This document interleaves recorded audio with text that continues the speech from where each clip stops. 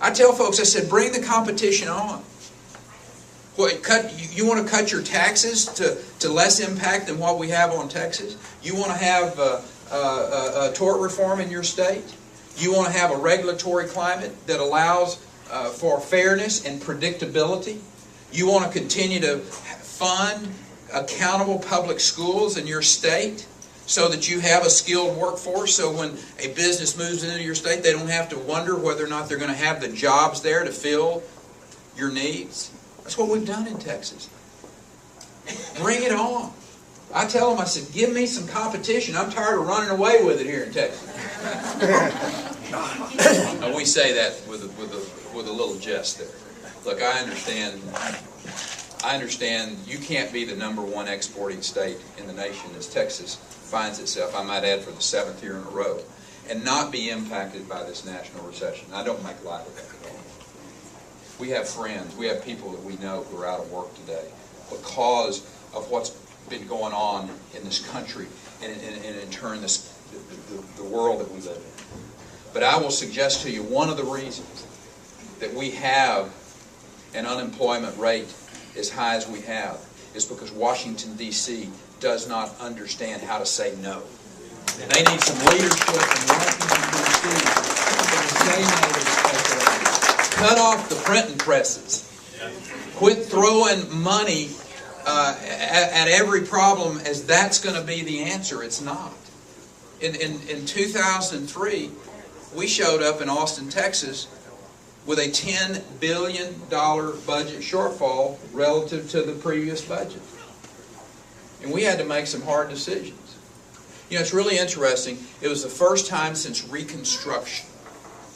For those of you not that familiar with Texas history, that was back in the 1870s. The first time since Reconstruction that there was a Republican governor, Republican lieutenant governor, Republican speaker, and Republican House and Senate in Texas.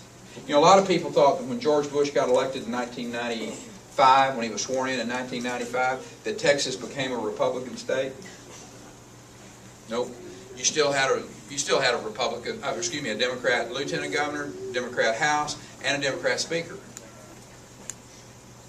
Some people thought, well, gosh, when you got elected lieutenant governor, for sure, then we became a Republican state. Nope, because we still had a Democrat speaker who was controlling the flow of legislation in the Texas House.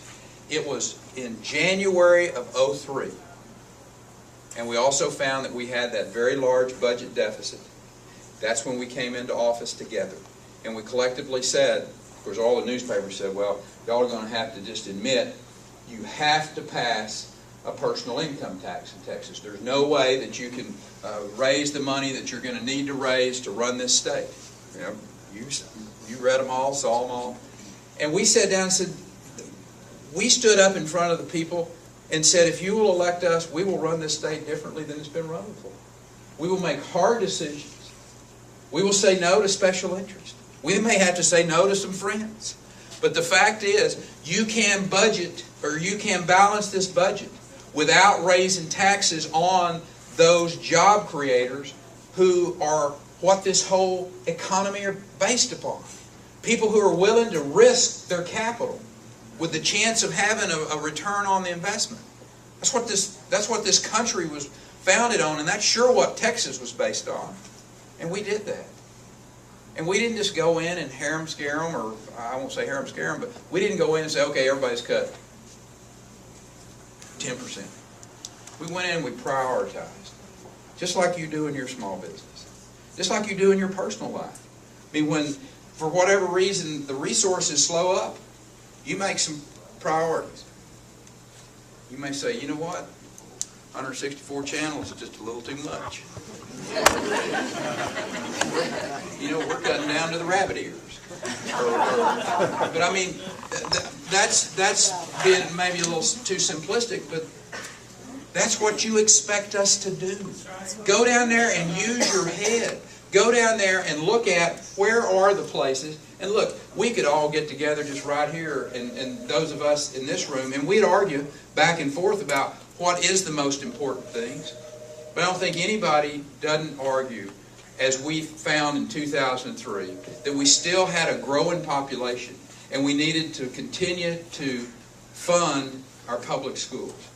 And while we cut $10 billion out of that total budget, we increased the spending in our public schools by $1.8 billion. Because if you don't have that educated workforce, you're not going to have the businesses that come to this state or businesses that will expand. It's really pretty simple when it gets to that.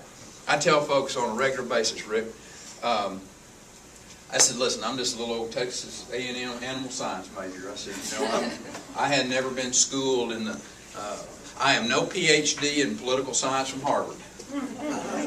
But governing, thank God, governing, the principles of governing are really pretty simple. Don't spend all the money. I know that sounds kind of, even humorous, but the fact is, don't spend all the money. That's the reason we have upwards of $8 billion in a rainy day fund, because Leo and his colleagues understood, and we saw the dark clouds roiling in front of us of an economic crisis in May and June of last year. You could see it coming. We realized that we weren't in what we call a rainy day yet. We needed that money set aside. Leave it there. We may need it in the future. Yeah, there's a lot of good programs and people argue about this program and that one, but we said no. Don't spend all the money. Have a tax structure and a regulatory climate that is fair and predictable. Let me tell you, big company not going to move into the state of Texas if they think you're going to play Lucy with them on the, those of you that read Peanuts know Lucy will pull that football back every now and then. But if you're not going to have predictability in your regulatory climate, they need to know that we're going to come in here and spend $1.8 billion to build a capital infrastructure for a manufacturing facility, that in 2 years you're not going to, turn left on us and end up or move the bar high. We've seen that in other states. California is a great example of it. Have a legal system that doesn't allow for oversuing.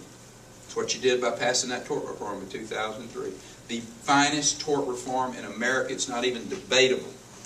And the fourth thing, and the final thing, is to have those public schools that are appropriately funded, accountable public schools, because that says to those companies, you've got a skilled workforce waiting when I come and invest in your state.